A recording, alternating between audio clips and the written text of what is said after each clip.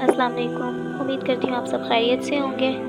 آج میں آپ کو بتانے جا رہی ہوں مہینہ رمضان المبارک، ہم رمضان کیسے گزاریں۔ ایک رہنما تحریر مومن کی تربیت کے لیے اللہ تبارک و تعالی نے رمضان المبارک کے روزے فرض کیے ہیں۔ روزہ کسی چیز کا نام ہے؟ کھانے پینے اور مباشرت سے رک جانے کا۔ اب ان 3 چیزوں سے رک جانا جو کہ حلال ہیں تو حرام سے بچنا تو اس سے بھی بہت زیادہ ضروری ہے۔ روزے کے ذریعے سے اللہ تعالیٰ اپنے بندے کی آزمائش کرتے ہیں، یہ دیکھنے کے لیے کہ کیا میرا بندہ میرا حکم مانتے ہوئے اپنا کھانا پینا اور شہوت چھوڑتا ہے۔ پورا 1 ماہ اس آزمائش میں گزرتا ہے۔ سحری کو اٹھنا نفس پہ بہت بھاری ہے۔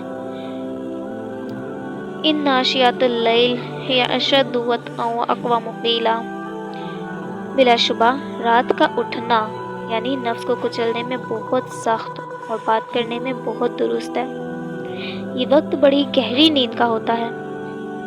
بے وقت اٹھنا، بے وقت کھانا بہت مشکل لگتا ہے۔ پھر سارا دن بغیر کھائے پیے گزارنا، جبکہ انسان کی طبیعت کمزور ہے اور ہر وقت کھانے پینے کی محتاج بھی۔ مومن بندے کو ایک بڑے کام کے لیے تیار کرنے کی ایک ٹریننگ، ایک فوجی افسر کو تیار کرنے کی ایک ٹریننگ، اس کو بڑے کٹھن اور مشکل مراحل سے گزر کر اس عہدے کے لیے تیار کیا جاتا ہے، اور تقریباً ہر شعبے میں کام کرنے والے کو کسی نہ کسی تربیتی مراحل سے گزارا جاتا ہے۔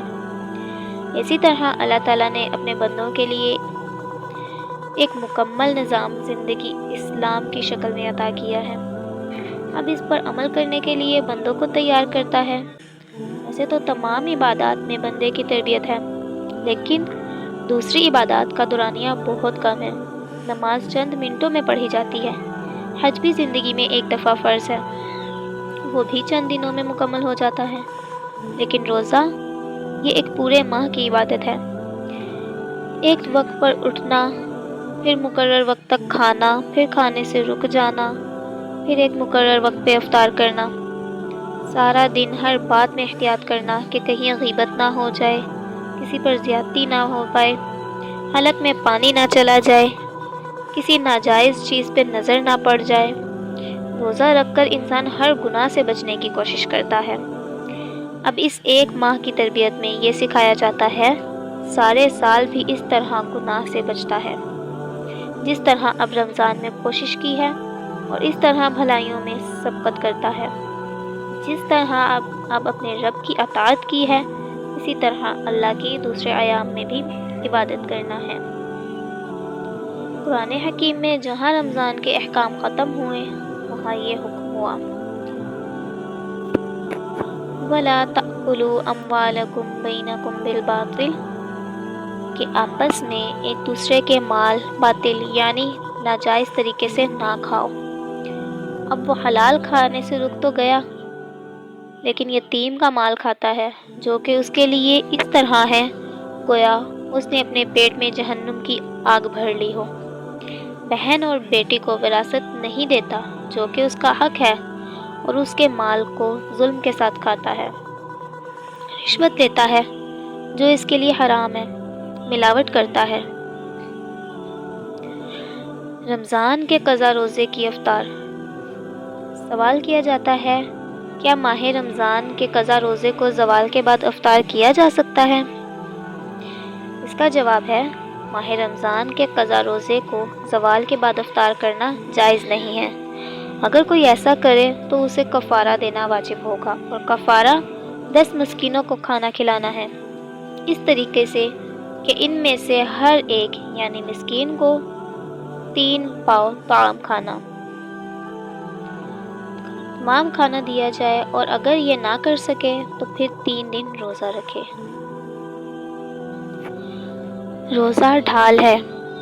عبداللہ بن مسلمہ، مالک، ابو الزناد، اعرج، حضرت ابو ہریرہ رضی اللہ تعالیٰ عنہ سے روایت کرتے ہیں کہ انہوں نے بیان کیا کہ رسول اللہ صلی اللہ علیہ وآلہ وسلم نے فرمایا کہ روزہ ڈھال ہے، اس لیے نہ تو بری بات کرے اور نہ جہالت کی بات کرے۔ اگر کوئی شخص اس سے جھگڑا کرے یا گالی گلوچ کرے تو کہہ دے میں روزے دار ہوں، 2 بار کہہ دے، قسم ہے اس ذات کی جس کے قبضے میں میری جان ہے کہ روزے دار کے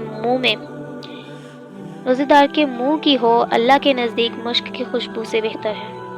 وہ کھانا پینا اور اپنی مرغوب چیزوں کو روزوں کی خاطر چھوڑ دیتا ہے اور میں اس کا بدلہ دیتا ہوں اور نیکی 10 گنا ملتی ہے۔ رمضان المبارک کی بہاریں اور سحر و افطار کی احتیاطیں۔ اللہ رب العزت کا بہت بڑا احسان ہے کہ اس نے ہمیں رمضان کا مبارک مہینہ مرحمت فرمایا اور اس متبارک مہینے کی رحمتوں اور نعمتوں سے مستفیض ہونے کا موقع عنایت فرمایا۔ رئیس المفسرین حضرت مفتی احمد یار خان نعیمی رحمۃ اللہ علیہ السلام تفسیر نعیمی میں فرماتے ہیں، اس ماہ مبارک کے کل 4 نام ہیں۔ پہلا ہے ماہ رمضان، دوسرا ہے ماہ صبر، تیسرا ہے ماہ مواسات اور چوتھا ہے ماہ وسط رزق۔ روزہ سمبر ہے جس کی جزا رب ہے اور وہ اسی مہینے میں رکھا جاتا ہے، اس لیے اسے ماہ صبر کہتے ہیں۔ مواسات کے معنی ہے بھلائی کرنا، چونکہ اس مہینے کے سارے مسلمان سے خاص اہل قرابت سے بھلائی کرنا زیادہ ثواب ہے، اس لیے اسے ماہ مواسات کہتے ہیں۔ اس میں رزق کی فراخی بھی ہوتی ہے کہ غریب بھی نعمتیں کھا لیتے ہیں، اس لیے اس کا نام ماہ وسط رزق ہے۔ دیگر اسلامی مہینوں کے مقابلے میں رمضان المبارک میں کئی طرح کی خوش آئندیاں تبدیلیاں دکھائی پڑتی ہیں۔ معاشرے میں ہر طرف ایک ذہبی رنگ سا نکھرا ہوا نظر آتا ہے، گہما گہمی کا ماحول ہوتا ہے، ہر شخص حتی المقدور مذہب کے اصولوں کی پابندی کرتا دکھائی دیتا ہے۔ ہمارے گھر کافی حد تک اسلامی تہذیب کا نمونہ بن جاتے ہیں۔ گھروں میں تلاوت کلام پاک اور نعت و منقبت کی صدائیں گونجنے لگتی ہیں۔ خواتین بھی نمازوں اور اذکار و وظائف کی پابندی کرتی ہیں۔ خالی اوقات میں تسبیحات کا ورد ہر زبان ہوتا ہے۔ بری عادتوں خاص کر جھوٹ، چغلی خوری، غیبت، بخش کلامی، گالی گلوچ وغیرہ قابو پانے کی بہت حد تک کوشش کی جاتی ہے۔ حقوق اللہ کے ساتھ ساتھ حقوق العباد بھی ادائیگی پر بھی خصوصی توجہ دی جاتی ہے۔